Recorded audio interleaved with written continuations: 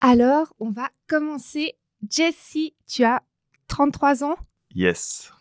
Tu es sportif de métier, d'abord comme joueur de tennis, puis tu es devenu coach de sport ici à Lausanne.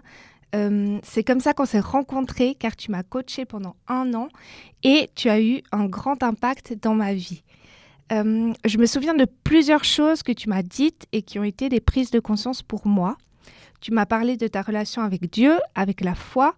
Tu m'as aussi parlé de l'amour, de comment on le choisit, l'amour qu'on se donne à soi-même, mais aussi celui qu'on donne aux autres. Tu es aujourd'hui marié et père de famille et j'ai toujours énormément admiré les valeurs que tu partageais à tes clients et les personnes autour de toi. Merci Aujourd'hui, on va tenter de répondre à une question, c'est à quel moment la foi devient-elle plus forte que le doute? Comment est-ce qu'on avance dans l'obscurité? On a tendance aussi à baisser nos standards en amour ou dans le domaine pro parce qu'on pense qu'on ne mérite pas plus. Ma première question, Jessie, c'est comment est-ce que tu as su que dans la vie, tu aspirais à de grandes choses? Salut Eva. Bah écoute, merci beaucoup pour cette intro. Magnifique. Merci aussi pour l'invitation. Je suis vraiment honoré. Pour répondre à cette question, comment j'ai su?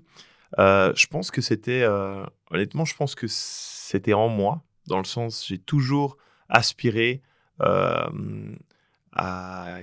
quelque chose de grand. Après, au début, tu sais pas trop, tu sais pas dans quelle direction tu vas aller, mais j'avais ce sentiment que je voulais accomplir quelque chose, en tout cas, dont moi je serais fier.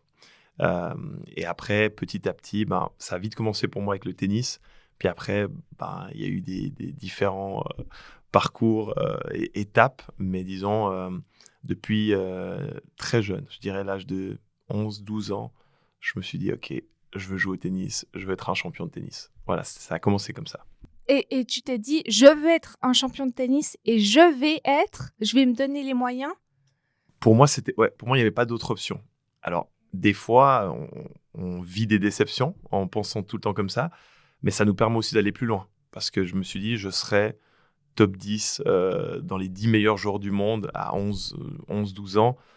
Et j'ai peut-être pas réussi jusqu'à là, mais ça m'a permis d'aller le plus loin possible. Et je pense que c'est l'attitude à avoir finalement dans tous les domaines. C'est que tu vises le plus loin possible. Enfin, tu vises loin et puis tu vas le plus loin possible.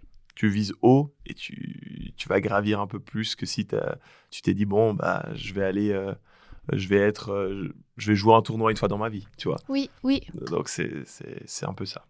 Donc, si à 10-11 ans, tu t'es dit ça, à quel moment tu parles d'une rencontre avec Dieu? C'était à quel moment?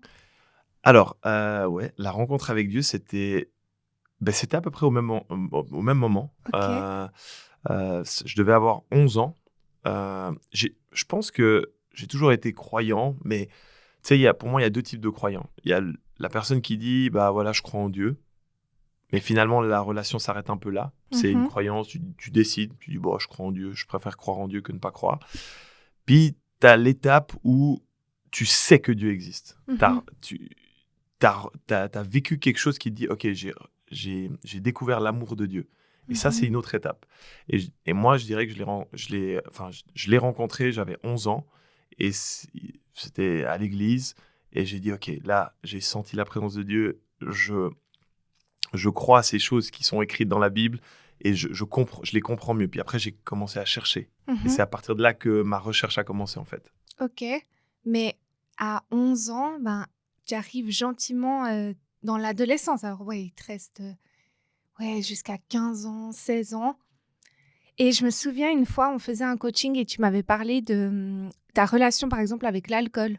Ouais. Que peut-être tu sortais avec tes amis et tu voyais certaines personnes prendre des cuites. Et Ouais. toi, tu trouvais... Enfin, comment tu as fait pour être quand même accepté dans un cercle? Est-ce que des fois, comment tu as fait pour essayer de ne pas plaire toujours à tout le monde? Alors, c'est clair, on peut pas plaire à tout le monde, ça c'est sûr, ça c'est une vérité. Mais après, j'étais dans un milieu très sportif, donc je pense que ça m'a aussi aidé. J'avais des amis sportifs, donc ça allait aussi dans ce sens-là. Mes amis n'allaient pas forcément se mettre des cuites. Après, il y en avait bien sûr, il y a toujours les exceptions, mais je pense que ça, c'est le côté qui m'a aidé. Puis après, mes convictions. Ça veut dire que moi, j'étais convaincu euh, de pourquoi j'agissais de cette façon. Donc, c'est toujours plus Mhm. facile quand toi, tu es convaincu. Ce qui est difficile, c'est quand toi, tu n'es pas à 100% sûr et que Mhm. l'autre vient t'amener une idée ou une façon de penser. Et là, ben, ça peut te faire douter, entre guillemets. Mais moi, ça m'intéressait pas l'alcool, par exemple, ou la cigarette. J'ai jamais touché une cigarette. Et j'ai toujours dit, je ne toucherai jamais une cigarette parce que ça m'intéresse pas. Et Mhm. puis, je vois pas l'intérêt de, de changer ma façon de penser pour quelqu'un d'autre. Ça demande quand même beaucoup de force d'esprit, non? Alors, par moment, oui, parce que des fois, bah, on est la minorité. Puis quand on est la minorité, c'est jamais facile parce que tu dis, ah bah, moi, je pense comme ça. Mais après, s'il y a le respect, pour moi, c'est pas un problème. Ça veut dire que si la personne qui est en face de toi, elle dit, bon, voilà, moi, je vis pas comme ça, mais je le respecte, et bah, ça fonctionne. Du moment que l'autre, il essaye de rabaisser la façon dont tu vis ou de critiquer, bah, moi, je m'éloigne tout simplement. Mhm. Mhm. Puis, c'est pas des gens qui m'intéressent. Mhm. Jusqu'à quel âge tu as fait du tennis en mode pro? J'ai joué jusqu'à mes 23 ans. 24 ans, exactement. Puis est-ce qu'il y a eu une fin, peut-être une défaite qui a fait mal ou... Alors, moi, j'ai dû me faire opérer de la hanche. Ok. C'est pour ça que j'ai mis un stop à ma carrière, en tout cas une pause. À la base, c'était une pause. Et puis, je m'étais dit, bah, je vais revenir. Après, je m'étais mis un objectif par rapport à ma carrière. J'ai dit, à 25 ans, je veux vivre de ma carrière, financièrement. Ok. Euh, et donc, je me fais opérer à 24. C'était un peu compliqué parce qu'à ce moment-là, du coup, je vivais pas encore complètement. J'avais des sponsors, j'avais des gens qui m'aidaient, j'avais mes parents, j'ai voilà plein de personnes autour de moi qui m'ont toujours aidé. Mais je pouvais pas dire que je vivais de mes gains en tournoi Mhm. et donc du tennis. Euh, donc je me suis fait opérer, ça a pris 8 mois et là je me suis dit ah, j'ai pas envie de terminer comme ça. J'ai quand même envie de revenir. Donc j'ai essayé de me rentraîner, de me mettre dans le mood, ok, je vais repartir sur le circuit pro. Et au final, pendant ce laps de temps, j'ai commencé à coacher. Mhm. Et j'ai réalisé petit à petit que ça me plaisait beaucoup plus. En fait, ça m'apportait beaucoup plus le coaching que d'aller jouer au tennis dans les quatre coins du monde. Et à Ah. ce moment-là, ça s'est fait naturellement. J'ai dit, ok, je pense que de un, physiquement, j'étais plus aussi bon peut-être qu'avant. Et de deux, bah, j'étais arrivé à ma deadline. Et je pense que c'était le bon moment pour switcher. Quand tu dis coacher, tu as commencé à coacher les gens hors tennis. Hors tennis, ouais, Ah, exactement, c'est ça. ok. Dans le sens, j'ai commencé, j'avais déjà 21, 22, mais je faisais ça à côté. Oui. Et à ce moment-là, quand j'ai dû me faire opérer, j'avais un laps de temps de 4 mois d'attente, mais je pouvais plus jouer au tennis parce que j'avais trop Oui. mal. Donc, pendant 4 mois, j'ai coaché. Je dis, bon, ok, bah, je vais coacher. J'ai rien d'autre à Ok. faire. Et en fait, bah, je coachais tous les jours. J'ai dit, bon, ok. Et petit à petit, j'ai dit, ah, mais j'aime ça. Et après une année, j'avais rempli mes clients à Lausanne. Je m'étais lancé le challenge d'ouvrir à Lausanne parce qu'avec mon frère, on était à Neuchâtel. Oui. Et du coup, j'ai dit, bah vas-y, je vais sur Lausanne, j'ouvre sur Lausanne, puis on verra ce qui se passe. Et à la fin de l'année, j'avais déjà un agenda qui était bien rempli. J'ai dit, mais je peux pas retourner sur le circuit, laisser mes clients comme ça. Qu'est-ce que je fais? Puis c'est à ce moment-là que je me suis dit, bah c'est fini.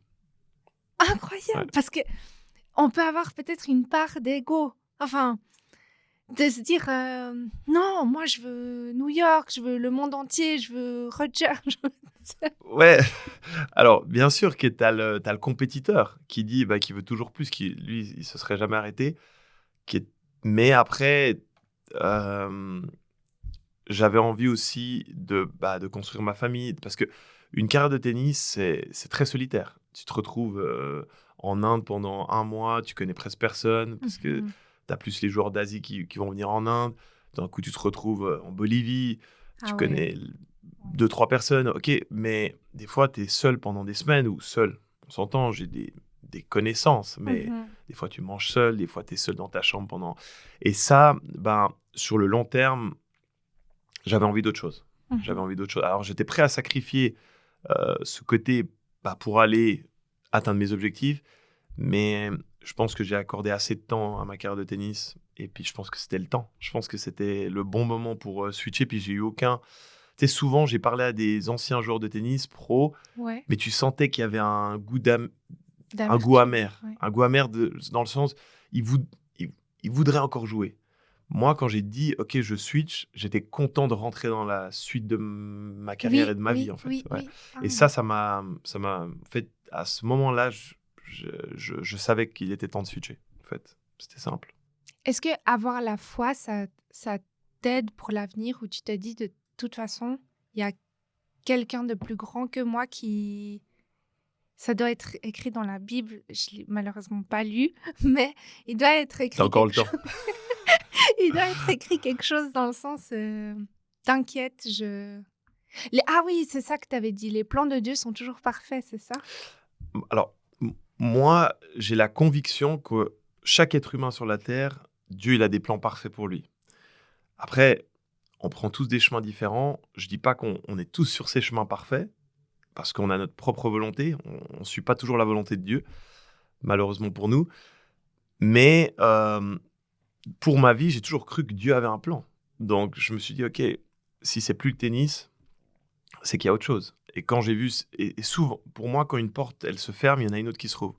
Alors, des fois, le timing est un peu décalé, puis tu as cette zone de doute. Puis des fois, ça s'enchaîne parfaitement. Mais moi, j'ai toujours fait confiance à Dieu. J'ai dit, moi, je sens la voie du coaching.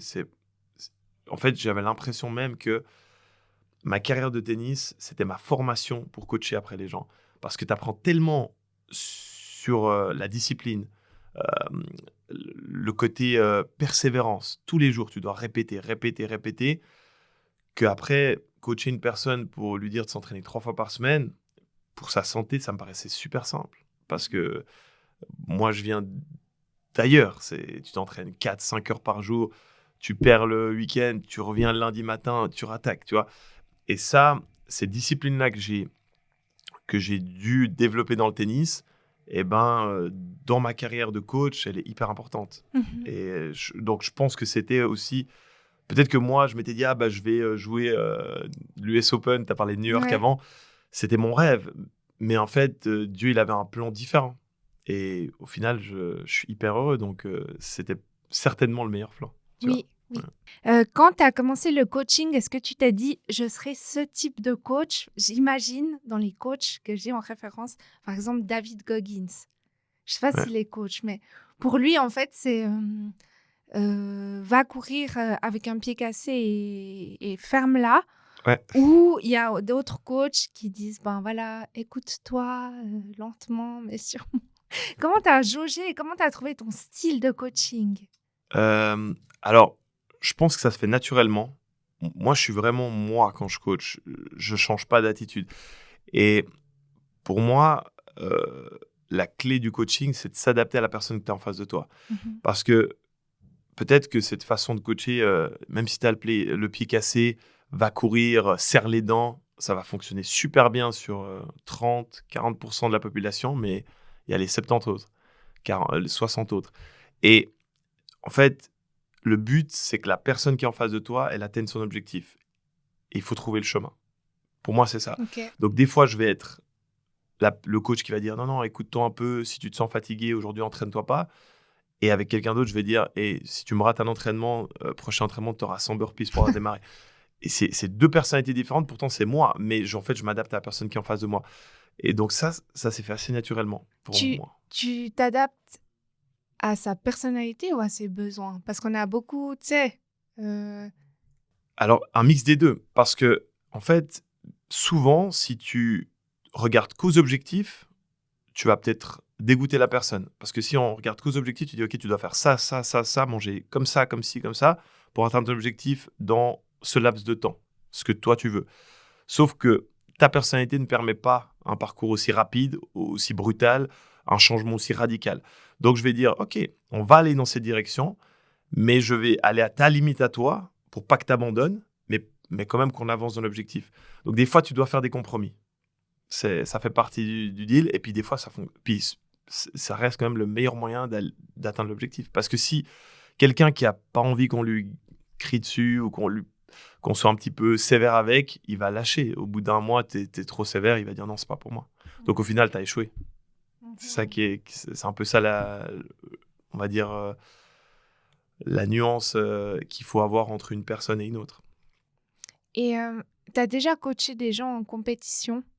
Hors tennis peut-être, je sais pas, ouais, je sais pas. Non, j'ai eu quelques sportifs de haut niveau, foot, basket, mais principalement tennis, hein. C'est quand même, ça reste, vu que je connaissais quand même du monde dans ce milieu, bah, automatiquement, ils venaient plus facilement s'entraîner chez moi qu'un footballeur. Mais j'ai eu deux, trois athlètes. Tu as eu des fois où ces personnes, elles font peut-être un début de match ou ouais, de compétition, horrible? Alors, bon, moi, je m'occupais principalement de la condition physique. Oui. Donc, j'accompagnais pas forcément les joueurs sur les Ah compétitions. ouais, OK. Ça, Ouais, je l'ai ouais. très peu fait. Et puis, même si je venais, dans le tennis, je suis venu parce que c'est quand même mon domaine et aussi ma première passion, donc ça me faisait toujours plaisir. Il y avait le coach de tennis qui était là. Oui. Donc, c'est quand même sa responsabilité de ce qui se passe sur le terrain en termes de si c'est catastrophique, à moins que ce soit physique, mais ça, c'est peut-être qu'il s'est blessé ou qu'il y a eu un problème. Mais normalement, c'est plutôt tennistique ou mental. Et là, OK. on va dire, c'est un peu plus l'entraîneur de tennis qui va gérer ce genre de mauvais départ, en guillemets. Toi, dans ta mentalité, est-ce qu'on peut si on se fixe un objectif, par exemple, imagine, bah, tu as fait un marathon, non? Faire un marathon, ouais. Est-ce qu'il y a un Exactement. kilomètre où tu t'es dit: «Je laisse tomber»? Non, Ah ouais? non, il n'y a pas un kilomètre usé, mais effectivement, comme j'étais pas hyper bien préparé, j'avoue, j'ai sous-estimé ces 42 kills. Il y a 27, je crois, 27-28 kilomètres où j'ai commencé à cramper et j'ai dû lutter contre mon corps. Mais mentalement, je me Mmh. suis toujours dit que j'allais terminer. Comment, je ne OK. sais pas exactement. À quelle vitesse, je ne sais pas exactement. Mais j'ai quand même réussi. Puis après, je pense que le mental joue énormément. Parce que si à ce moment-là, tu dis « Ah non, je peux plus », mon corps me lâche, bah, ça va aller dans cette direction. Si à ce moment-là, tu dis « Ok, je sens des petites faiblesses, il faut que mon corps repart », c'est pas le même mindset. Tu lui donnes aussi cet ordre-là.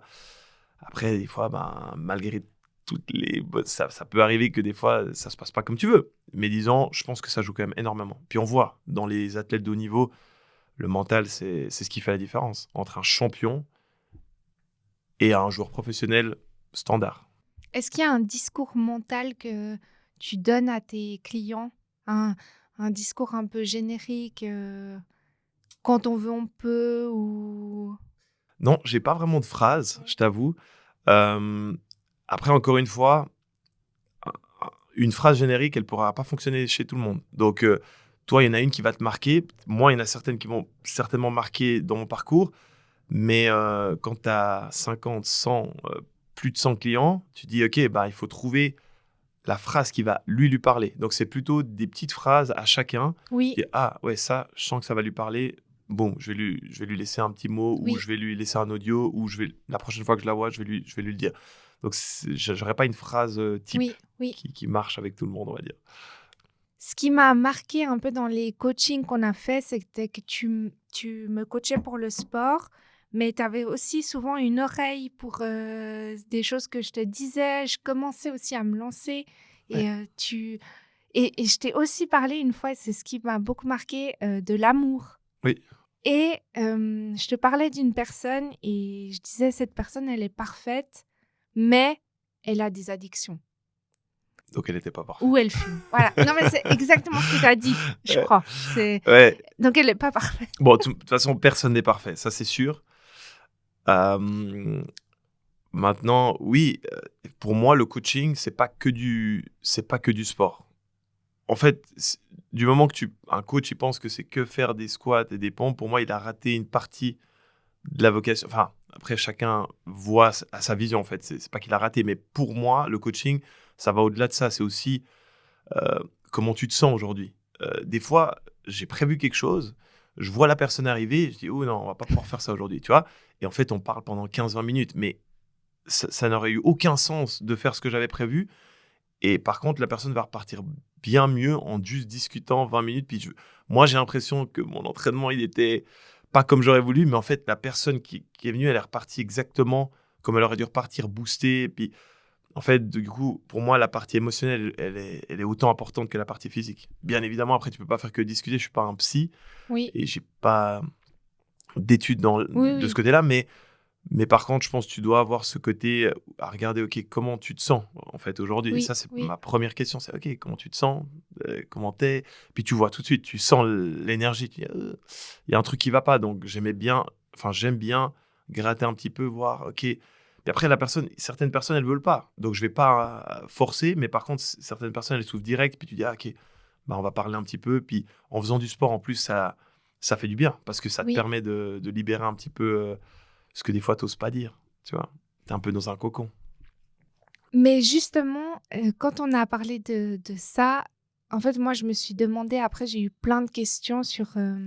j'ai aussi vu, en fait, c'est une conférence, un podcast que tu as fait pour l'église C3, c'est Ouais, ça? exactement. En fait, il y a des prédications tous les dimanches. Oui, Et puis, le pasteur m'a laissé faire la dernière de l'année. Ça faisait un moment qu'il me disait, ah, tu voudrais pas témoigner? Puis j'ai dit, ouais, bah, avec plaisir. Puis au début, je me suis dit, mais je vais témoigner de quoi? Puis en fait, en préparant, je me suis dit, j'ai plein de choses, je pense, qui peuvent être intéressantes à oui, partager. oui, Et du coup, bah, c'est comme ça que j'en suis arrivé à faire cette prédication-là. oui. Témoignage.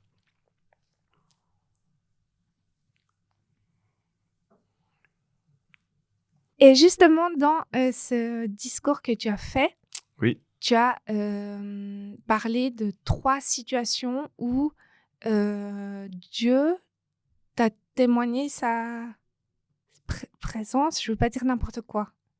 Alors, oui, alors, ça va très bien, mais dans le sens dans ces 3 on va dire, moments de vie que j'ai partagés, j'ai vraiment vu la main de Dieu.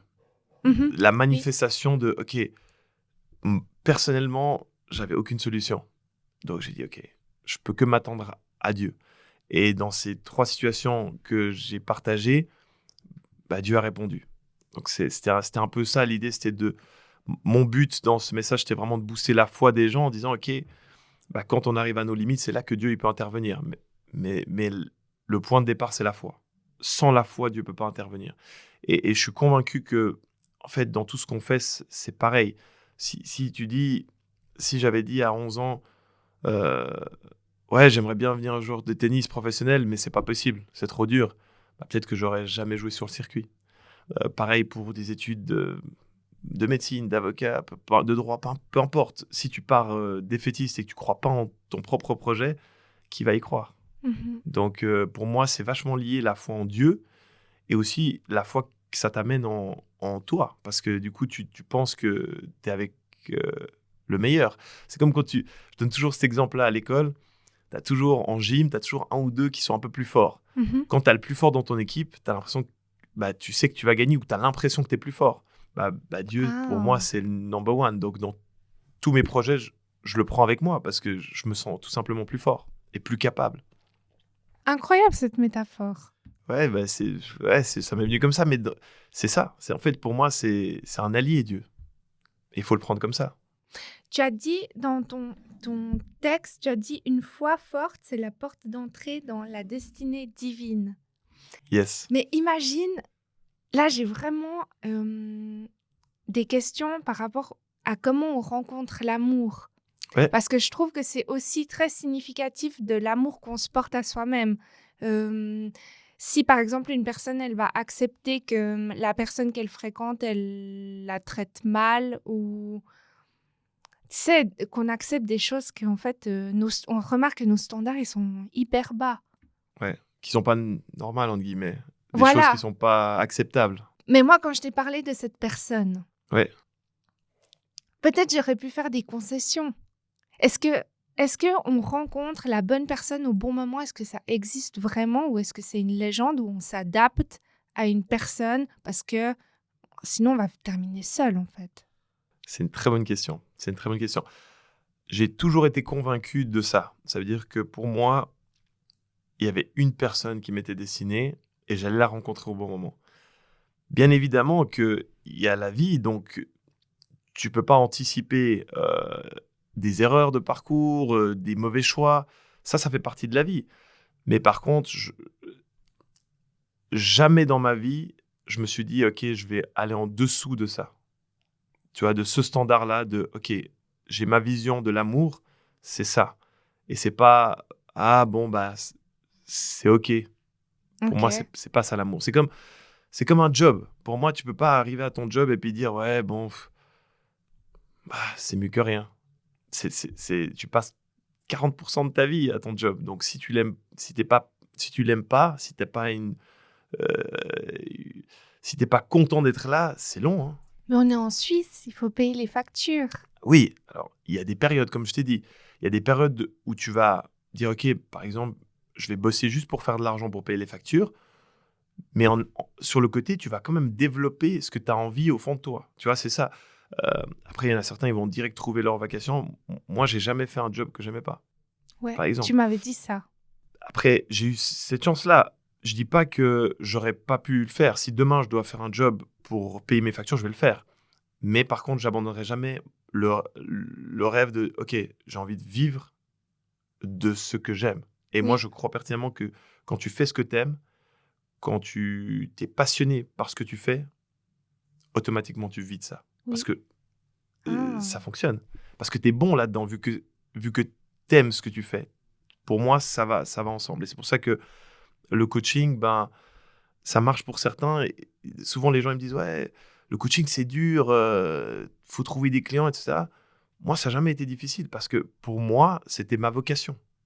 Et par contre, je sais pas, peut-être que si j'avais choisi ton job, j'aurais galéré parce que je suis pas minutieux comme toi, j'ai pas le souci du détail comme toi. C'est pas mon domaine, tu vois. Mhm. Et du coup, je pense qu'il faut passer un peu de temps. Et par rapport à l'amour, c'est encore plus important parce que le job encore, tu peux dire, bon, je fais quelque chose que j'aime bien, mais c'est pas ma passion. Ok. Si à côté, tu as la famille de tes rêves, euh, ça, Mhm. tu seras heureux. Tu vois ce que je veux dire? Oui, oui. Donc c'est encore plus important en amour de dire non, non, non, attends, je vais pas être à côté de quelqu'un toute ma vie qui me respecte pas ou qui me traite pas comme j'avais prévu, comme dans ma tête c'était. Après, bien évidemment, je te parle pas je te parle de comportement. Après, bien évidemment qu'il y a des goûts, peut-être que la personne avec qui t'es, bah, je sais pas, elle aime le foot, bah, tu vas aimer le foot par amour pour elle. Tu vois, ça, c'est des concessions à faire, pas des concessions, mais des pas à faire vers l'autre. Je pense que Oui, chacun oui. doit faire un pas vers l'autre pour que ça fonctionne. Mais par contre, tu dois jamais baisser ton standard de dire, OK, je vais laisser un homme, je sais pas, euh, m'oublier, on avait rendez-vous, il vient pas, Ouais, ouais. il m'insulte devant les gens, il me Mm. rabaisse. Ça pour moi, bah, en tout cas, ce serait pas quelque chose que pour toi je te souhaiterais. Et quand Mhm. tu me parlais de justement ta relation, je me disais non, Eva, elle mérite pas ça. Mm. C'est juste ça en fait. Et moi, j'avais un œil externe. Et ce qui est important, c'est que toi, pour moi, Mhm. c'était que toi, tu réalises. Non, non, mais voilà ma valeur. Oui. Et je peux pas aller en dessous. Mais toi, c'est en 2019, tu as demandé à Dieu que tu rencontres la femme de ta vie.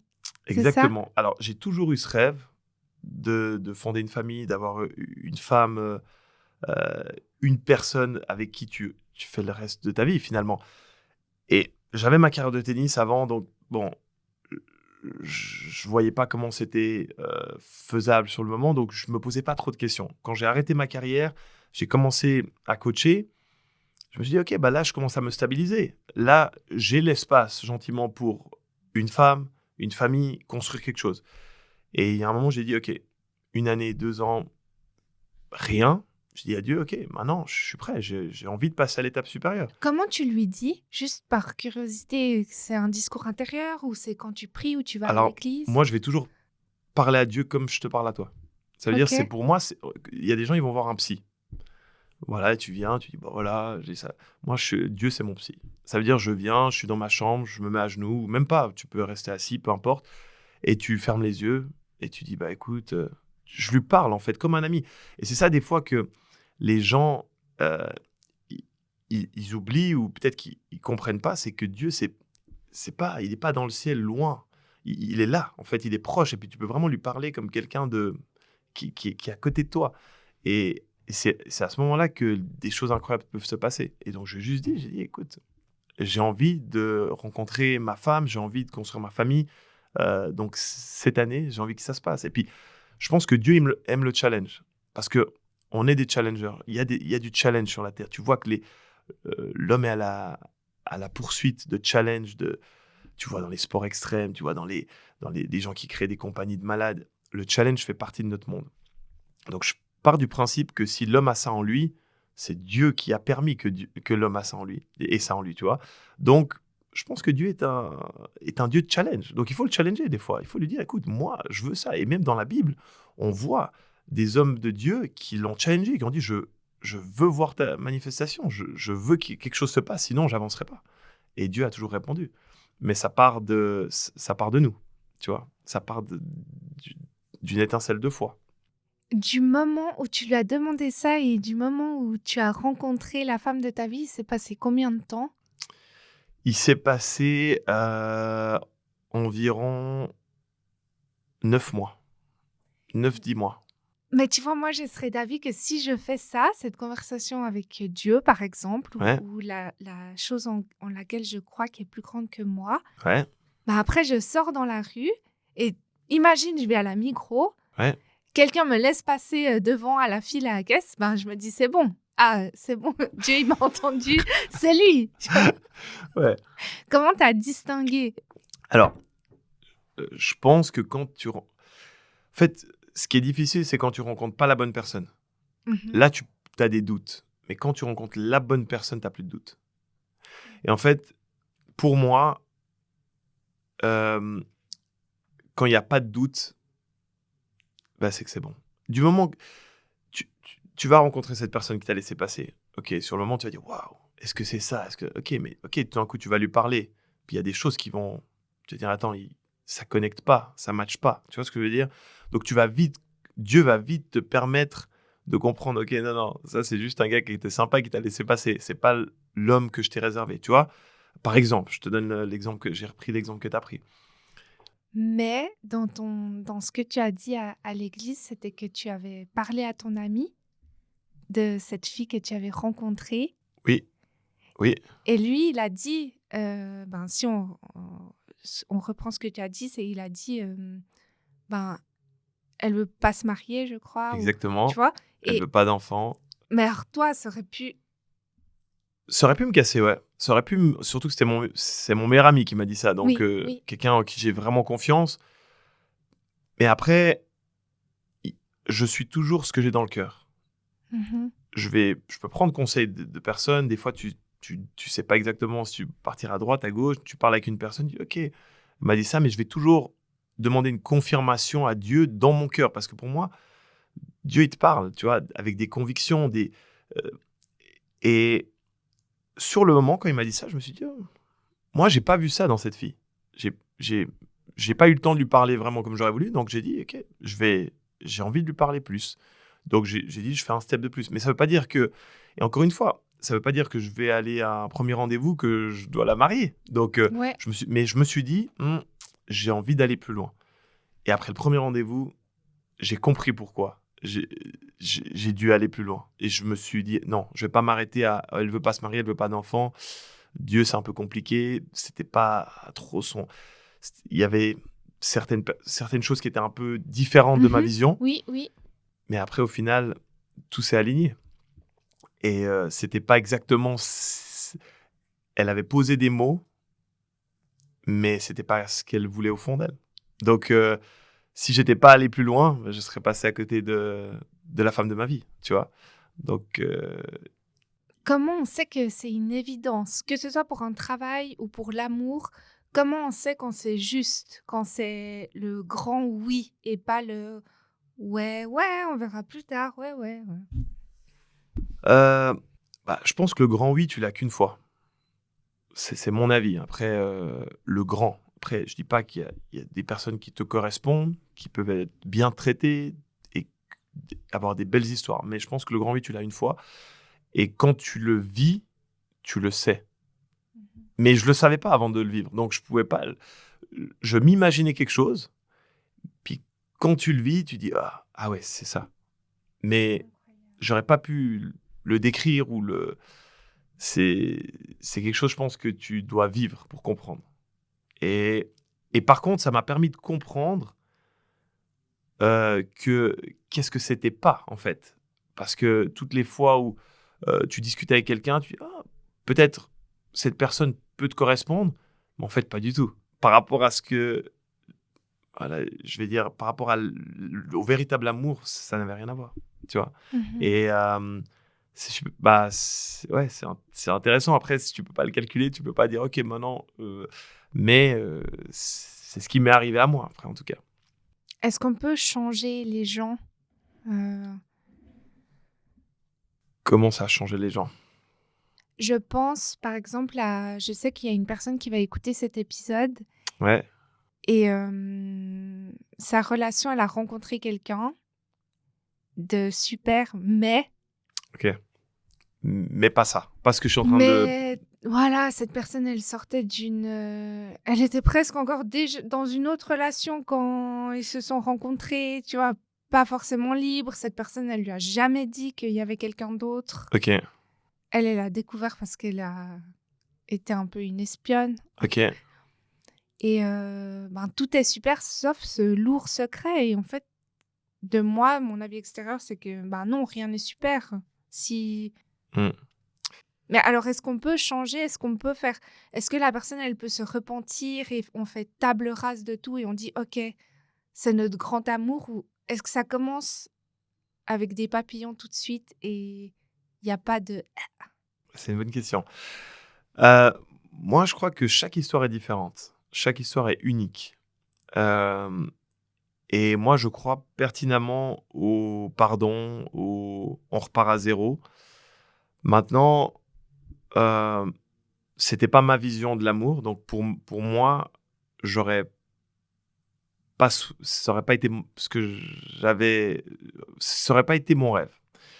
Mais après, je connais des histoires où la fin est incroyable et le début était un peu comme ça. Donc, je pense que avec Dieu, tout est possible et tout le monde peut changer. Maintenant, faut pas se mettre avec quelqu'un en se disant je vais le faire changer. Ça, je pense, c'est pas le bon mindset parce que malheureusement, on a plus de chances que ça change jamais. Mais avec Dieu, tout est possible.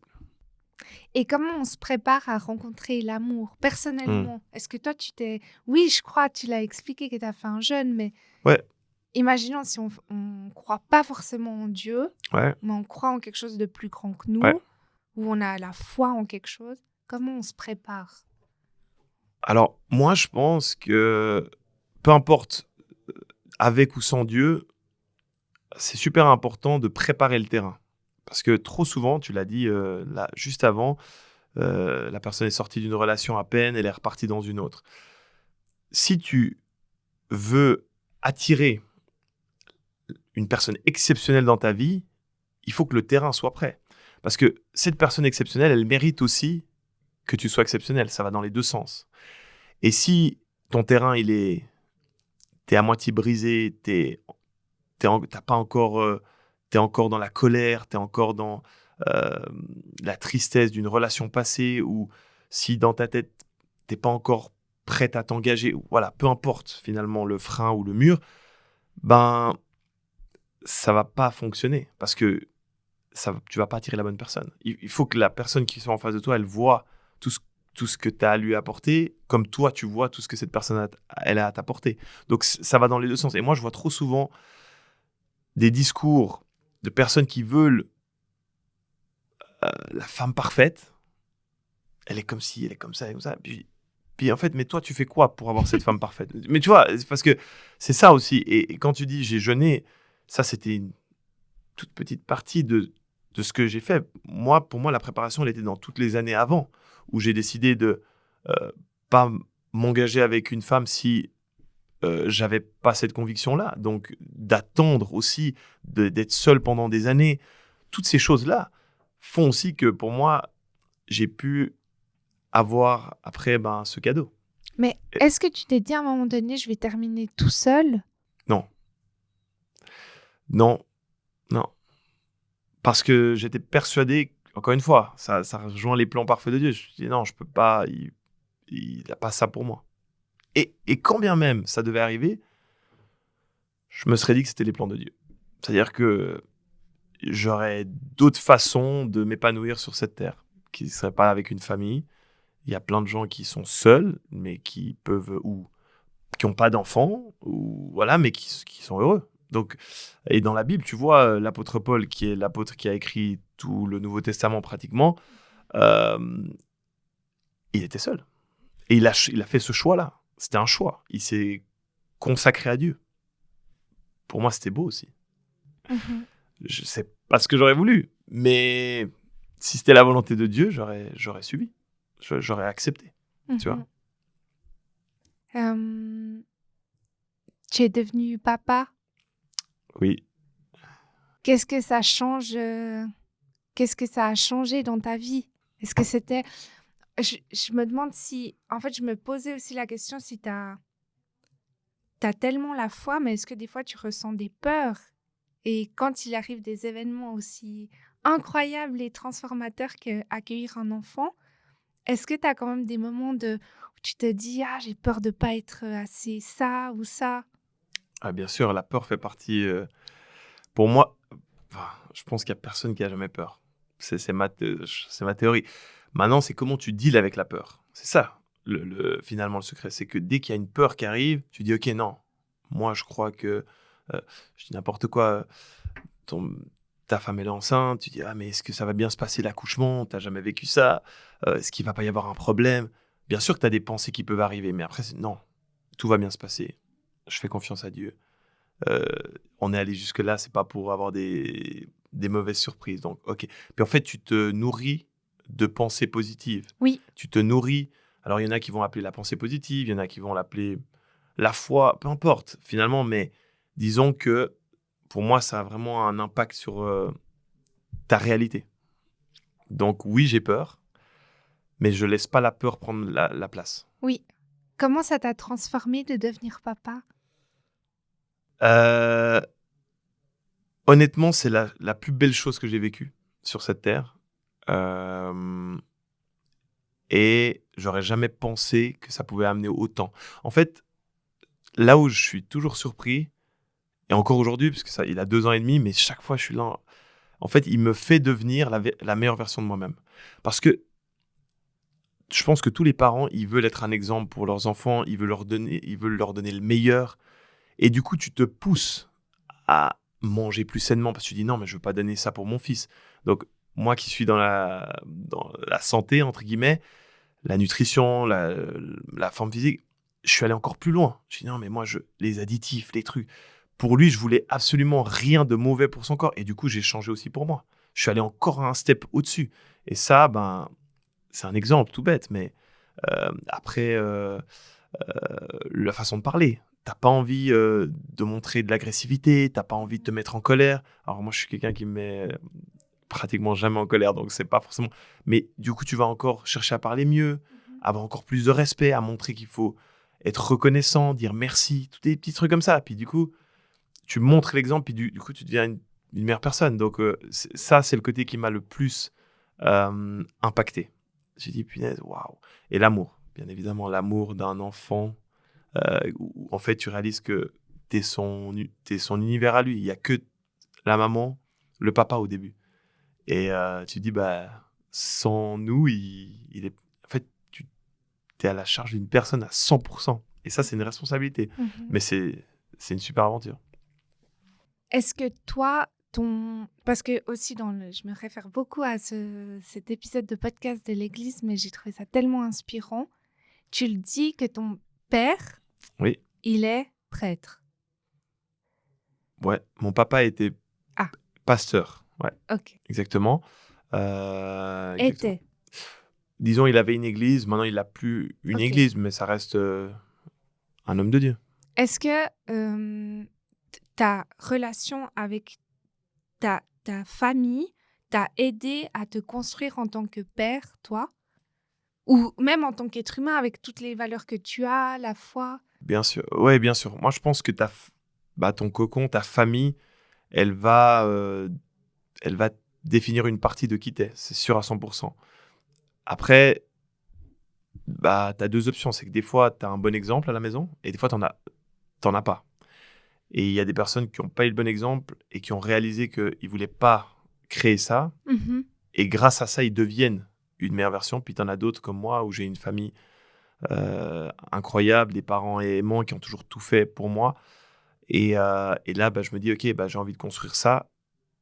Et si possible, encore mieux. Parce qu'on veut Oui, toujours oui, mieux oui, pour ses enfants. oui, Et voilà, tu essaies toujours d'améliorer si tu peux. Si tu peux oui, créer quelque chose oui. de... Donc, donc oui, moi je pense que ça a quand même un impact, même au niveau des valeurs, au niveau de la foi, de voir quand même mes parents dans la foi. Je me suis questionné. Alors, c'est pas forcément là que j'ai eu le déclic. Mhm, C'est venu d'une rencontre externe, mais j'avais un pied dedans, on va dire. mhm. Et est-ce que maintenant, par exemple, imagine que ce soit, par exemple, ton enfant ou un client vient vers toi avec des doutes, des questionnements sur, par exemple, l'avenir, sur, voilà, j'hésite entre faire ça et ça, mon cœur me dit d'aller là, mais j'ai peur, j'ai des... Comment toi tu réponds à ce genre de questionnement? Parce qu'il y en a beaucoup des questionnements existentiels, que ce soit sur l'amour ou... Oui, après ça dépend. Chaque cas est différent. Par exemple, si on prend un côté professionnel, il faut quand même regarder est-ce qu'il y a des factures à payer. Ça, Donc, des fois, il ne faut pas sauter dans le vide. Si tu as un enfant, une femme à charge, par exemple, je ne sais pas. Donc, je vais toujours quand même analyser la situation. Et puis après, moi, je vais tout simplement essayer de faire ressortir les choses qui paraissent logiques. Puis que la personne réalise, OK, en fait, c'est ça que je dois faire. Mais je vais jamais te dire quoi faire parce que je pense que ça doit vraiment venir de la personne en question. Euh, et, et voilà, mettre en avant, OK, moi, dans ce que tu me racontes, voilà ce que je vois. Et puis après, c'est à la personne de faire son chemin. Malheureusement, on peut pas décider pour les gens. Ça, c'est vraiment quelque chose heureusement, en fait. Parce que si je pouvais décider pour mon fils, Mhm.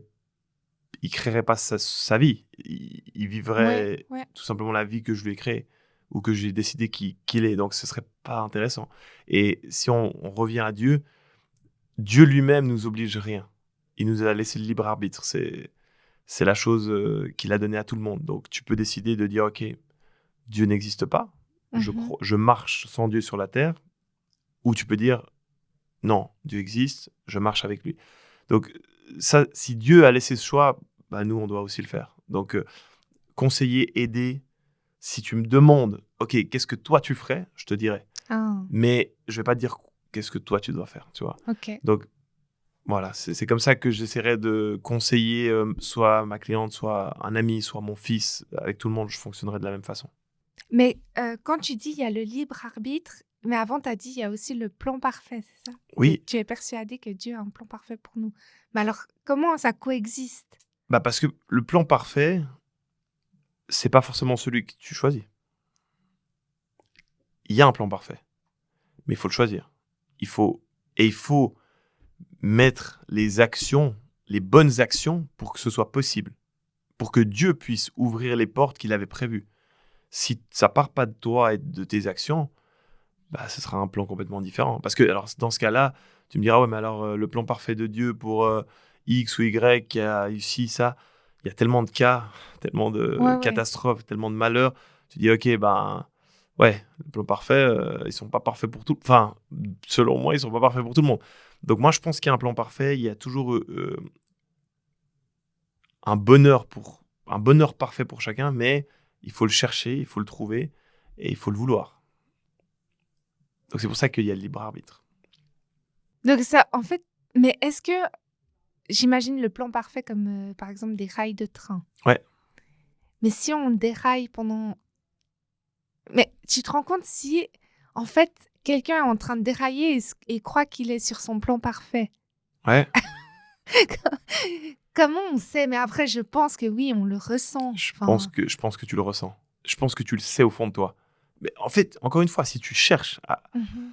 à savoir si tu es au bon endroit, tu vas trouver. C'est comme je dis toujours. Ouais, mais Dieu, quelqu'un qui me dit, ouais, mais Dieu, il s'est jamais manifesté à moi, machin. Ok. Est-ce que tu as fait quelque chose pour? Ah Est-ce que ouais, tu as ouais. passé un peu de temps euh, pour essayer de le trouver? Ah. Et tu vois, et c'est ça un petit peu. Donc pour moi, les gens qui disent ouais, mais bon, l'amour, moi j'y crois pas, machin. Ok, moi je respecte.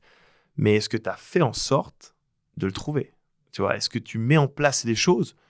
Est-ce que je sais pas, on peut enlever Dieu de cette catégorie.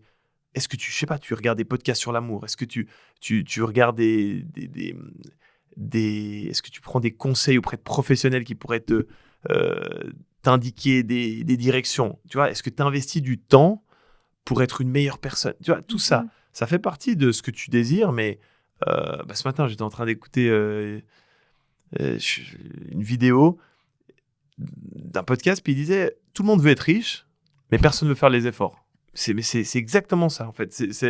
Ça reflète exactement ce que les gens ils veulent. Tout le monde veut le mari idéal, la femme idéale, mais par contre, tout le monde veut sortir jusqu'à 5 du mat, se bourrer la gueule, et puis... donc, tu vois, en fait, il faut quand même un petit peu de balance, tu vois. Mais là, Jessie, et j'espère que... je sais que tu n'es pas coach love, hein, mais je prends vraiment cette foi que Pas tu encore. as pour te poser une question à propos d'une amie que j'ai en tête. Elle Dis-moi. est trop chou. Ouais. Mais vraiment, elle veut fonder sa famille. Elle a l'environnement pour, je sais pas, elle est stable, etc. Ok. Mais tous les hommes qu'elle rencontre, ils sont pas dispo. Mais dans le sens, ils sont pas... Peut-être ils sont dispo 3 mois émotionnellement, puis après les 3 mois, c'est quand elle leur dit, bah, on est quoi? Ah, ouais, non, je sais pas. Moi, j'ai envie de voir plusieurs femmes en même temps. Alors que elle, en tout cas de l'extérieur, et je la connais un peu de l'intérieur, ben, elle veut cette famille, elle est posée, elle est trop chou. Alors, c'est pas évident à répondre par rapport à ton ami, mais peut-être c'est pas le bon timing, tout simplement. Peut-être que la personne qu'elle mérite, elle est juste après. Et puis que c'est une période où elle doit être un peu patiente. Est-ce qu'il y a des choses qu'elle doit faire pour travailler sur elle-même? Moi, je dirais que... Moi, je trouve que c'est bien d'écrire les choses. Ok. Dire ce que tu veux. J'aimerais un homme qui me respecte, qui me parle toujours bien, qui me tient la porte, qui... Peu importe tes valeurs, enfin, ce que tu as envie. Et après, en fait, tu fais aussi une version pour toi. Ça veut dire, quelle version t'aimerais donner à la personne avec qui tu veux partager ta vie? Je sais pas, moi, j'aimerais lui faire des petits déjeuners tous les dimanches. J'aimerais, je sais pas, m'occuper de... Je sais pas, peu importe. Ouais. Mais tu as aussi ta liste pour être la meilleure version de toi-même. Et pour toi, qu'est-ce que c'est une femme que cet homme-là va aimer et va vouloir, tu vois? Donc, ça va dans les deux cas. Donc, il faut, en fait, pour moi, préparer ton terrain et savoir ce que tu veux. Donc, il y a les deux aspects, le côté de l'homme et le côté de la femme, tu vois? Oui. Et c'est super important. Donc, et être clair sur ce que tu veux aussi. Est-ce que tu veux des enfants? Est-ce que tu veux... en fait, comme ça, tu es aligné et puis tu vas attirer, pour moi, la bonne personne. Mais des fois, peut-être qu'il y a des gens, ils sont gentils, ils ont une idée, mais ils sont peut-être pas assez allés loin dans leur propre... Je crois que tu as partagé une vidéo, un podcast sur le pourquoi. Oui. Voilà. Et en fait, des fois, aller un peu plus loin sur le pourquoi je veux quelqu'un. Pourquoi je veux un homme? Ok, mais qu'est-ce que je veux? Fonder une famille. Je veux créer une relation stable avec quelqu'un jusqu'à la fin de ma vie. Je veux... Et toutes ces choses-là, m'appuyer sur une personne quand je vais pas bien, pouvoir compter sur une personne quand... Voilà, tu vois, toutes ces choses-là, tu vois, ok, pourquoi je veux maintenant quelqu'un, tu vois? Et puis, je pense que c'est important. Je pense que c'est important. Après, voilà, chaque cas est Bien sûr. différent. Ton ami, je sais pas. Peut-être qu'il y a certaines choses que elle fait pas tout juste. Peut-être que non. Peut-être qu'elle fait tout juste, puis que dans une semaine, quand on se recroise, tu me dis, elle a rencontré quelqu'un. Et puis que, en fait, c'était juste que Dieu a éloigné ces quelques hommes qui n'étaient pas faits pour elle. Parce que lui, il n'était pas encore disponible. Il était à l'autre bout du monde. Et puis, hop, il est arrivé. Tu vois, donc, Oui.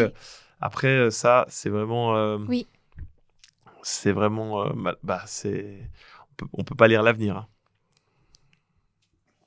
Maintenant, j'aimerais passer à quelques questions avec ta philosophie de coach, notamment sur la différence entre la volonté, la discipline et la motivation. Est-ce que toi, tu fais une différence entre ces trois termes? Je pense vraiment, les gens qui nous écoutent, des fois, veulent atteindre des objectifs, que ce soit sportifs ou entrepreneuriaux Ouais. ou même personnels. Est-ce qu'il y a une distinction à faire entre ces trois paramètres? Oui. Oui, je pense qu'il y a une grande différence, en tout cas, entre motivation et discipline. Mhm. Volonté, volonté, ce serait encore même dans une autre case, mais disons, on va prendre déjà motivation et discipline. C'est ce qui me parle le plus et c'est ce que je vois le plus souvent. C'est que les personnes, ils ont un objectif, quelqu'un a un objectif. Et puis, tu dis, ok, je veux, dans le sport, on parle de sport, je veux perdre 10 kilos. Ok. Et puis, après, il y a ces deux choses qui jouent dans ton objectif parce que la motivation, au début, on l'a toujours. Pratiquement tout le monde l'a. Parce qu'il vient, il dit, ok, je veux changer, je veux atteindre cet objectif. Tac, tac, tac, tu as des projets. Puis après, le parcours, il commence. Et c'est là que la discipline intervient. Parce que c'est comme je dis à tout le monde, tu crois que moi, j'aime m'entraîner tous les jours? Non. Il y a plein de fois où je suis très bien dans mon canapé aussi à regarder The Night Agent. Je dis ça parce que j'ai fini ça. Mais voilà, il y a plein de fois où j'ai pas du tout envie de m'entraîner. Quand j'ai pas dormi de la nuit parce que voilà, ça s'est pas passé comme prévu, Jadon était malade, etc. Je me réveille à 5 heures, je commence à coacher à 6 heures, puis j'étais censé m'entraîner à 14 heures. Je peux te dire que là, c'est pas de la motivation que j'ai, hein. Tu vas quand même t'entraîner? Je vais m'entraîner. C'est quoi le discours mental que tu te fais? En fait, ça, c'est vraiment au travers du tennis que je l'ai expérimenté. Je me suis dit, j'arriverai jamais à mon objectif si un jour sur deux, je fais pas ce que je dois faire. Tu vois? Donc, pour moi, je sais que s'entraîner régulièrement, ça m'apporte des bienfaits, ça m'apporte l'aspect santé, l'aspect physique, se sentir fort, se sentir bien dans son corps. C'est tellement important, et je le sais, que même quand ma motivation elle est dans les chaussettes, je me dis, ok, je pense aux bienfaits, je pense aux résultats, et je pense à ce que ça m'amène. Et du coup, je vais m'entraîner. Par contre, on peut adapter son entraînement. Ça, c'est une chose que je dis toujours. T'es pas obligé, le jour où t'es KO, t'as dormi 3 heures, va peut-être pas faire des intermittents sur le tapis en mode seuil, tu vois. Mais par contre, tu peux faire un entraînement avec la forme du jour. Et tu restes discipliné, tu dis, ok, je vais quand même faire mon heure d'entraînement ou 45 minutes ou 30 minutes. Tu raccourcis ton entraînement, mais tu le fais. Et ça, c'est super important. Donc, il y a vraiment, pour moi, la motivation, personne ne l'a tous les jours. Et souvent, les gens un peu non sportifs ou pas très sportifs, ils pensent que les sportifs sont motivés tous les jours. Et ça, c'est vraiment faux. Et puis, autour de moi, j'en ai assez des coachs, des sportifs. Des fois, j'ai mon associé là qui fait de l'aérox à haut niveau. Je vois s'entraîner tous les jours 3 heures là. Je sais très bien. Des fois, il est là. Oh mon Dieu, j'ai tellement pas envie. Mais il y va parce qu'il a un objectif. Et que sans ça, il l'atteindra jamais. Parce qu'il y en a d'autres, il y en a des centaines d'autres qui s'entraînent comme lui et qui vont pas rater un jour d'entraînement. Donc après, c'est à toi de voir, est-ce que cet objectif, sur la balance, il a quel poids en fait? En fait, c'est toujours ça l'idée. Mais ouais, il y a vraiment une différence entre la motivation et la discipline. Après, la volonté, on peut avoir la volonté, mais quand même pas réussir. Je donne l'exemple de ma carrière.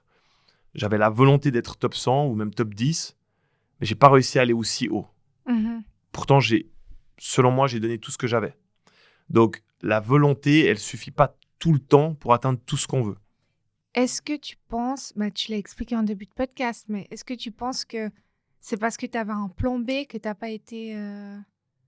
Il y a aussi cette culture américaine qui dit il n'y a pas de plan B, c'est ça ou la mort. Ouais, non, alors moi, je pense que...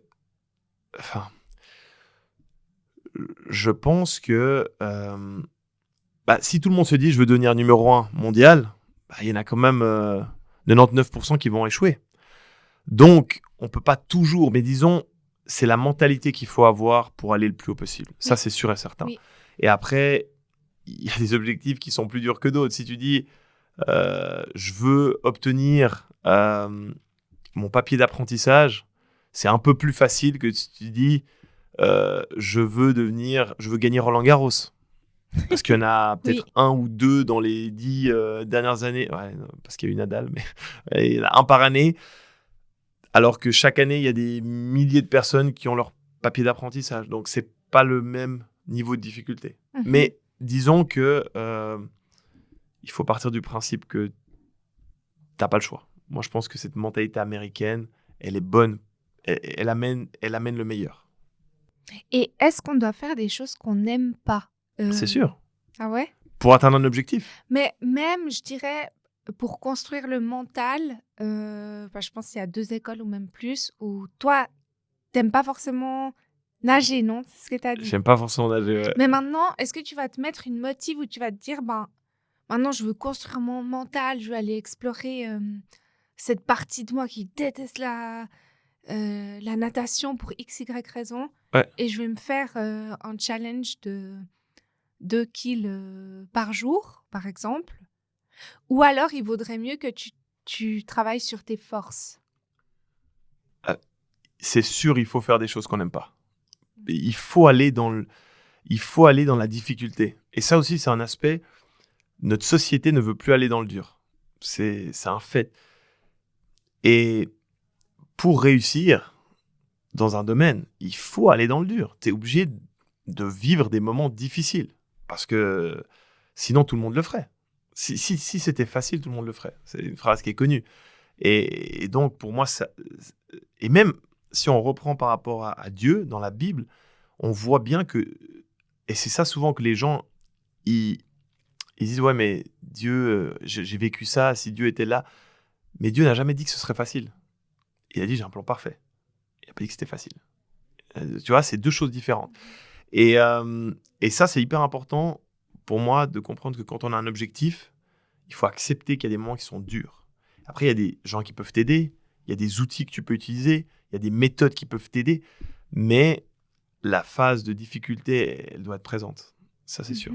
Et elle va te rendre meilleur. En fait, c'est le seul moyen d'aller plus loin. Parce que quand, je vais donner un exemple, dans ma carrière, quand je perdais un match, où tu as 2 balles de match, tu avais qu'à juste mettre ce point et tu avais gagné le match, et derrière, tu perds le match, mentalement, mais tu peux ne pas dormir de la nuit en pensant, puis, si j'avais mis cette balle dedans, j'aurais gagné ce match, tu vois, je devais le gagner. Et tu l'as perdu. Tu fais comment pour te relever de ça, tu vois? Mais par contre, quand tu te relèves plus fort. Mmh. Parce que tu as souffert. Et pour moi, il faut passer quand même par cette souffrance. Mmh. Alors, après, voilà, je dis pas qu'il faut se flageller, mais dans le sens, il faut souffrir pour aussi comprendre après, apprécier aussi la saveur de la victoire. Tu vois. Mmh. Ça fait partie du process. C'est quoi la plus grande leçon que le sport t'a enseignée?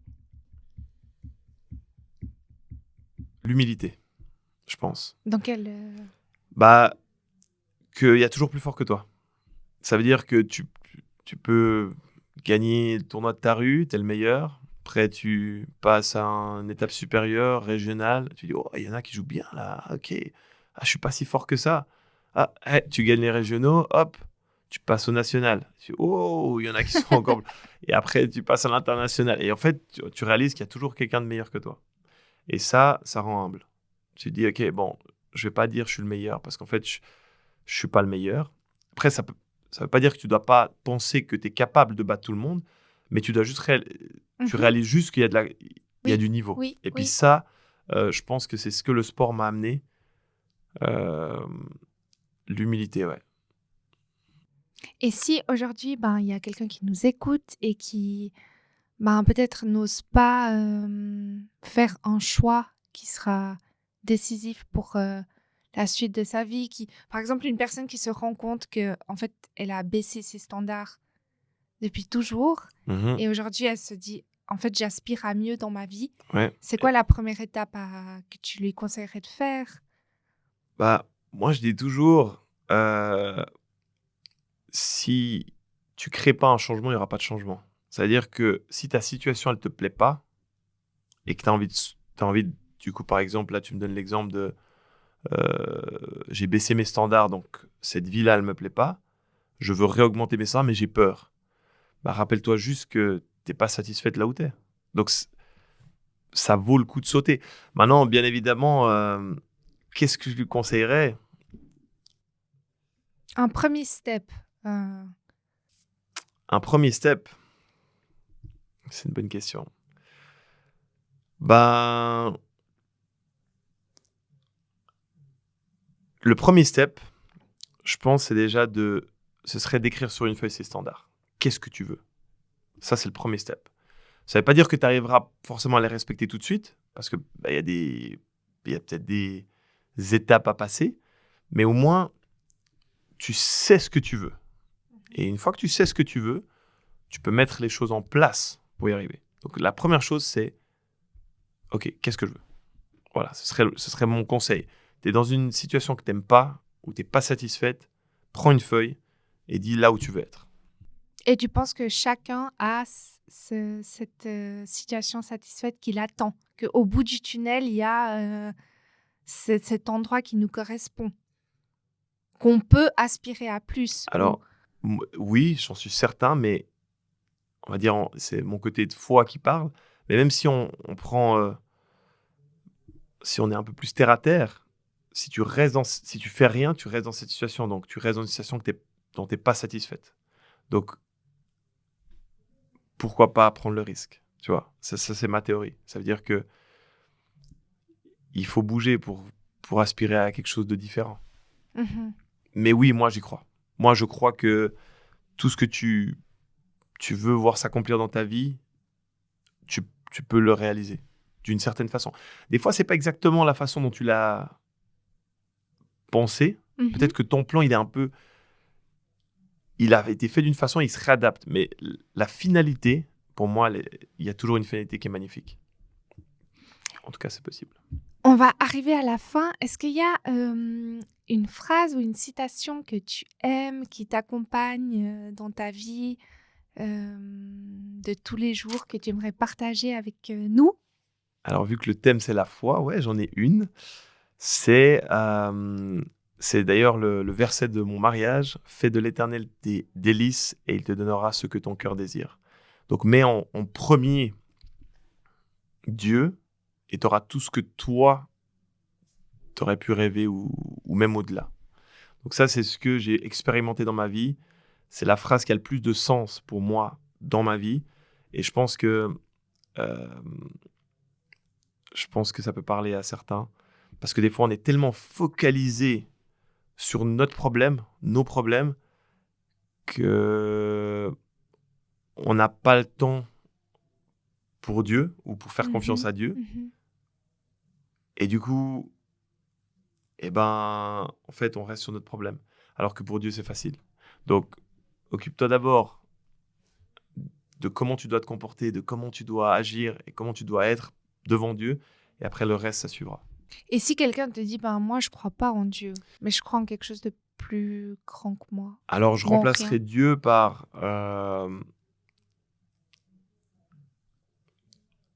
concentre-toi pour être la meilleure version de toi-même et les choses que tu veux voir s'accomplir dans ta vie ou avoir, ça suivra. Mm. Que ce soit dans le business, tu veux devenir coach, tu viens vers moi, tu dis « Ah, mais je galère, j'ai pas de clients. » Ok, mais deviens le coach que tu rêverais d'avoir. Ok. Donne de la valeur, partage aux gens, aide les gens et automatiquement, ça va revenir. Pour moi, ça revient toujours, tu vois. Que ça peut être, on a pris le thème de l'amour. Pareil, deviens par exemple, la femme que tu voudrais que ton futur enfant, ton futur fils choisit. Si tu Mhm. dis, bah, waouh, moi, pour mon fils, j'aimerais une femme incroyable. Eh ben, ou plutôt, moi, je prendrais plutôt pour ma fille. Je veux un homme qui la respecte, qui la traite bien, qui lui fasse vivre un conte de fées. Donc, Mhm. moi, je devrais me comporter comme ça. Donc, tu dois chercher à être la meilleure version de toi-même pour que les portes puissent s'ouvrir. Mhm. Donc, sans Dieu, je dirais ça. Mhm. Et dernière question, c'est quoi ta mission de vie, ton pourquoi? Je t'ai pas demandé, mais... Ma mission de vie. Ma mission de vie. C'est une bonne question, ça. Ma mission de vie, c'est de pouvoir aider un maximum de personnes au travers de ce que je fais, donc principalement la santé, parce que je vois beaucoup de personnes, malheureusement, qui perdent la santé trop vite. Et donc ça, c'est par rapport à mon côté professionnel. Et mon deuxième côté, c'est que les gens puissent découvrir ce que j'ai découvert en Dieu. Ça veut dire cet amour, cette... en fait, ce partage que j'ai trouvé avec Dieu, j'aimerais pouvoir que tout le monde l'expérimente, en fait. Et donc ça, je dirais que ça, c'est ma première mission. Et je pense qu'au travers de ma carrière, je peux aussi le faire au travers des réseaux, au travers de podcasts, tu vois, tu peux le faire. Et ça, je trouve que c'est super cool. Et voilà. Que les gens réalisent qu'ils ne sont pas tout seuls, qu'il y a quelqu'un qui peut leur tendre la main. Jessie, on arrive à la fin de cet épisode. Je te remercie infiniment et je suis sûre que les gens trouveront des belles choses à retirer de tout ce que tu as dit. Donc, je te remercie infiniment. Merci à toi. C'était vraiment un plaisir.